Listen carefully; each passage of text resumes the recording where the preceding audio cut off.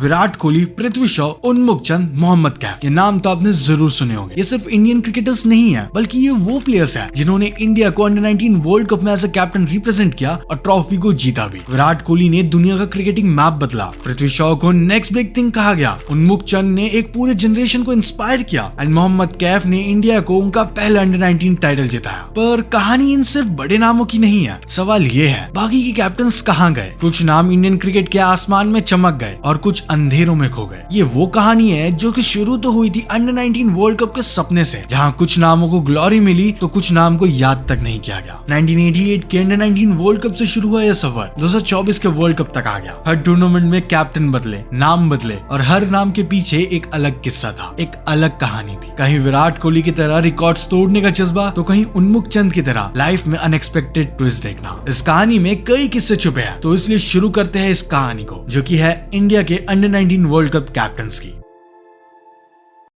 सबसे पहला नाम आता है मिलविलन सेंथिलेंथन का, जिन्होंने 1988 के यूथ वर्ल्ड कप में इंडिया की कैप्टनसी करी। तमिलनाडु से बिलोंग करने वाले ये राइट हैंडेड बैट्समैन की कैप्टनसी के अंडर इंडिया ने ग्रुप स्टेज में ही एग्जिट किया और 8 टीम्स में से 6 पे फिनिश किया, which was obviously not a great performance. And even इनका क्रिकेट करियर ज्यादा हाईलाइट नहीं हो पाया और इवेंचुअली उन्होंने अपना लास्ट फर्स्ट क्लास गेम जनवरी 1996 में खेला and then he ended his short career. उनके रिटायरमेंट के 2 साल बाद 1998 में एक बार फिर से अंडर 19 वर्ल्ड कप होता है। फर्स्ट एडिशन के ऑलमोस्ट 10 साल बाद ये सेकंड एडिशन हो रहा था और इस वर्ल्ड कप में इंडिया को लीड किया अमित पागनिस ने। इनका नाम काफी ज्यादा लोगों के लिए अनफेमिलियर हो सकता है, लेकिन उन्होंने अंडर 19 वर्ल्ड कप कैंपेन में अपनी लीडरशिप और क्रिकेटिंग स्किल से काफी इंप्रेस किया। 1998 में इंडिया अंडर 19 वर्ल्ड कप के सेमीफाइनल में जाने से बस थोड़े से कम नेट रन रेट की वजह से पीछे रह गई, लेकिन पागनिस की लेगेसी सिर्फ कैप्टनसी तक नहीं रही। इनके वर्ल्ड कप खत्म होने के सिर्फ 1 महीने बाद ही 1998 की बॉर्डर गावस्कर ट्रॉफी से पहले, जो कि मुंबई और ऑस्ट्रेलियंस के बीच में खेला जा रहा था, उसमें उन्होंने मुंबई की तरफ से खेलते हुए 30 बॉल्स में एक हाफ सेंचुरी बनाई एंड इवन उन्होंने उस मैच में शेन वॉर्न जैसे लेजेंडरी बॉलर को स्टेप आउट करके अग्रेसिव अटैक भी किया। एज अ रिजल्ट ऑस्ट्रेलियंस ने पगनिस के आउट होने तक शेन वॉर्न को वापस बॉलिंग नहीं दी। उस टाइम तक पगनिस काफी प्रॉमिसिंग प्लेयर लग रहे थे, बट इवेंचुअली उनका करियर भी डिक्लाइन हुआ। उन्होंने अपने प्रोफेशनल करियर के बाद कोचिंग में भी अपना हाथ आजमाया। दिसंबर 2020 में उन्हें मुंबई टीम का कोच भी बनाया गया, लेकिन सिर्फ 1 महीने बाद ही सैयद मुश्ताक अली ट्रॉफी में मुंबई का एक डिजास्टर परफॉर्मेंस के बाद उन्होंने अपनी पोजीशन से रिजाइन करने का फैसला किया। अमित पगनिस का किस्सा एक रिमाइंडर है कि एक क्रिकेटर की जर्नी कभी स्ट्रेट फॉरवर्ड नहीं होती। साल 2000 के अंडर 19 वर्ल्ड कप में इंडिया को सक्सेसफुली लीड किया मोहम्मद कैफ ने और इंडिया को उनका पहला अंडर 19 टाइटल जितवाया। इस वर्ल्ड कप को जीतने के बाद मोहम्मद कैफ ने सीनियर क्रिकेट टीम में अपना नाम बनाया और 2002 के हिस्टोरिक NatWest ट्रॉफी फाइनल में मोहम्मद कैफ की उस आइकॉनिक इनिंग को आज भी हर इंडियन क्रिकेट फैन याद करता है। इसके अलावा कैफ इंडिया के one of the best fielders में से एक रहे और कैफ ने कई मैचेस में विनिंग नॉक्स भी खेले। 2005 तक कैफ ने काफी अच्छा परफॉर्म किया, बट 2005 के एंड से वो काफी इनकंसिस्टेंट परफॉर्मेंस देने लग गए थे एंड इवेंचुअली 2006 के एंड में उन्हें ड्रॉप कर दिया गया। देन उन्होंने 2017 तक डोमेस्टिक क्रिकेट भी खेला एंड इवन कमबैक की काफी ट्राई भी की, बट 2006 के बाद वो कभी भी इंडियन स्क्वाड में अपनी जगह नहीं बना पाए। क्रिकेट से रिटायरमेंट लेने के बाद वो आईपीएल में कुछ टाइम तक असिस्टेंट कोच रहे, बट उसके बाद वो कमेंट्री लाइन में शिफ्ट हो गए। अब बात करते हैं एक और कमेंटेटर पार्थिव पटेल की। सिर्फ 5 फीट 3 इंच की हाइट और हाथ में एक कटी हुई उंगली होने के बावजूद पार्थिव पटेल एक शानदार विकेट कीपर और बैट्समैन रहे, जिन्होंने 2002 के अंडर 19 वर्ल्ड कप में इंडिया को लीड किया। वर्ल्ड कप के स्टार्ट होने से कुछ दिन पहले पार्थिव पटेल टेस्ट क्रिकेट में डेब्यू करने वाले यंगेस्ट विकेट कीपर भी बन गए थे। इनकी लीडरशिप के अंडर इंडिया सेमीफाइनल्स तक गई, बट सेमीफाइनल में साउथ अफ्रीका से हार का सामना करना पड़ा एंड इवन वो इंडिया की 2003 की वर्ल्ड कप टीम का भी हिस्सा थे। देन 2005 के बाद उनके करियर में थोड़ा डिक्लाइन आना शुरू हुआ, बट कुछ साल बाद ही उन्होंने वापस अच्छी परफॉर्मेंसेस दी। इंडियन स्क्वाड में कमबैक के बाद उन्होंने टीम के साथ 2016 का एशिया कप भी जीता एंड इवन पार्थिव ने उसके बाद एज अ कैप्टन उसी सीजन की रणजी ट्रॉफी भी जीती। देन साल 2020 में पार्थिव ने रिटायरमेंट अनाउंस किया और फिर वो भी कमेंट्री करने लग गए और अभी 2025 के आईपीएल के लिए उन्हें गुजरात टाइटंस की कोचिंग स्टाफ में शामिल किया गया एंड उनका बड़ी टीम्स के लिए खेलने का एक्सपीरियंस जीटी की टीम के काफी काम आएगा। अंबती रायडू, जिन्होंने इंडिया को 2004 के अंडर 19 वर्ल्ड कप में लीड किया। अंबती रायडू एक गिफ्टेड बैट्समैन थे, जिन्हें उनकी फील्डलेस बैटिंग और स्ट्रोक प्ले के लिए जाना जाता था। 2004 का अंडर 19 वर्ल्ड कप इंडिया के लिए एक मिक्स्ड कैंपेन था, जिसमें टीम सेमीफाइनल तक पहुंची, लेकिन पाकिस्तान के खिलाफ टफ मैच में वो हार गई। रायडू का करियर भी काफी ट्विस्ट और टर्न से भरा रहा। अंडर 19 वर्ल्ड कप के टूर्नामेंट के बाद उन्होंने डोमेस्टिक क्रिकेट में अपना नाम बनाया, लेकिन कंट्रोवर्सीज और सिलेक्शन इश्यूज के चलते उनका सफर स्ट्रेट फॉरवर्ड कभी नहीं रहा। आईपीएल में एमआई और सीएस सीएसके के लिए जो उनका कंट्रीब्यूशन रहा है वो उन्हें एक रिलायबल मैच विनर बनाता है। एंड इवन उन्होंने इंटरनेशनल क्रिकेट में भी काफी इंपैक्टफुल इनिंग्स खेली है। बट 2019 के ओडीआई वर्ल्ड कप के स्क्वाड में सिलेक्ट ना होने के कारण और कुछ कंट्रोवर्सी से जुड़ने के बाद रायडू ने इंटरनेशनल करियर से जुलाई 2019 में ही रिटायरमेंट ले लिया, जिसके बाद उन्हें आइसलैंड क्रिकेट बोर्ड से खेलने का ऑफर भी आया, जिसे ऑब्वियसली उन्होंने डिक्लाइन कर दिया। And at the end Rayudu ने 2023 के आईपीएल फाइनल जीतने के बाद आईपीएल से भी रिटायरमेंट ले लिया। अंबती रायडू की जर्नी दिखाती है कि टैलेंट और डिटर्मिनेशन के बावजूद क्रिकेट का सफर अनप्रेडिक्टेबल हो सकता है, लेकिन जो प्लेयर्स चैलेंजेस को फेस करते हैं उनकी लेगेसी हमेशा याद रखी जाती है। 2006 के वर्ल्ड कप में इंडिया को लीड किया रविकांत शुक्ला ने। उनकी लीडरशिप के अंडर टीम इंडिया फाइनल तक पहुंची, लेकिन पाकिस्तान के खिलाफ एक लो स्कोरिंग थ्रिलर मैच में हार गई। रविकांत शुक्ला ने अपनी काम लीडरशिप और कंसिस्टेंसी से टीम को इंस्पायर किया, लेकिन उनका उस वर्ल्ड कप में पुअर परफॉर्मेंस रहा and he just scored 53 runs in 6 games और वो कभी भी इंडियन सीनियर टीम में जगह नहीं बना पाए। उनकी कैप्टनसी के अंडर रोहित शर्मा और चेतेश्वर पुजारा जैसे कई बड़े प्लेयर्स भी खेले, बट रविकांत की स्टोरी उनसे काफी अपोजिट रही और 2014 तक वो फर्स्ट क्लास क्रिकेट से भी गायब हो गए एंड वो आज के टाइम पर इंडियन ऑयल में काम करते हैं और उन्हीं की साइड से क्रिकेट भी खेलते हैं। अब अगला सफर आता है एक ऐसे नाम का जो सिर्फ एक क्रिकेटर नहीं बल्कि एक पूरा एरा बन गए, विराट कोहली। एक ऐसा नाम जो सेल्फ बिलीव, अग्रेशन और अनपैरेलल्ड पैशन का दूसरा नाम बन चुका है। 2008 के अंडर 19 वर्ल्ड कप में विराट कोहली की कैप्टनसी के अंडर इंडिया ने अपना दूसरा टाइटल जीता और ये सफर शुरू हुआ एक ऐसे इंसान का जो बाद में दुनिया के सबसे बड़े मैच विनर और आइकन के रूप में सामने आए। वही प्लेयर जिसने इंडिया की टेस्ट लेगेसी स्टैब्लिश करी, वही प्लेयर जिसने ओडीआई में सचिन की 49 सेंचुरीज का रिकॉर्ड तोड़ा, वही प्लेयर जिसने 2011 के वर्ल्ड कप, 2013 की चैंपियंस ट्रॉफी और 2024 के T20 वर्ल्ड कप जीतने में मदद करी एंड वही प्लेयर जिसने न जाने कितने मैचेस अकेले दम पर जीता है। विराट कोहली के बाद 2010 के अंडर 19 वर्ल्ड कप में इंडियन टीम को लीड किया राजस्थान के अशोक मनेरिया ने, बट पिछले इतने सक्सेसफुल वर्ल्ड कप्स के बाद इस बार टीम क्वार्टर फाइनल में पाकिस्तान से क्लोज गेम में हार के उस ट्रॉफी की रेस से जल्दी बाहर हो गई। इसके बाद अशोक मनेरिया को 2011 से 2013 तक राजस्थान रॉयल्स ने अपना टीम का पार्ट बनाया, बट उन 3 सीजन्स में वो 19 की एवरेज से बस 400 रन ही बना पाए, लेकिन उन्होंने उम्मीद नहीं छोड़ी और राजस्थान के लिए डोमेस्टिक क्रिकेट खेलते रहे। नेक्स्ट चैप्टर आता है 2012 के अंडर 19 वर्ल्ड कप का, जिसमें इंडिया की लीडरशिप के लिए एक और प्रॉमिसिंग नाम सामने आया, उन्मुख चंद। अंडर 19 वर्ल्ड कप से पहले ही आईपीएल में दिल्ली के लिए डेब्यू कर चुके इंडिया को अंडर 19 वर्ल्ड कप का टाइटल जितवाया और ऐसा करने वाले वो 3rd इंडियन कैप्टन थे। और उन्मुख चंद की वो ऑस्ट्रेलिया के अगेंस्ट फाइनल मैच में 111 नॉट आउट की इनिंग्स ने सभी को इंप्रेस किया। उनकी बैटिंग और लीडरशिप ने उन्हें एक प्रॉमिसिंग फ्यूचर का स्टार बना दिया था, लेकिन किस्मत ने उन्हें थोड़े और चैलेंजेस दिए। सीनियर क्रिकेट टीम में उनका ट्रांजिशन उतना स्मूथ नहीं रहा और अपने टैलेंट के बावजूद उन्मुख चंद कभी भी इंडियन स्क्वाड में अपनी जगह नहीं बना पाए। ऑल्दो उन्हें आईपीएल में थोड़ी सक्सेस मिली, like winning 2015 IPL with Mumbai Indians, पर इंटरनेशनल क्रिकेट में वो उतनी सक्सेस नहीं कर पाए। एंड 2011 में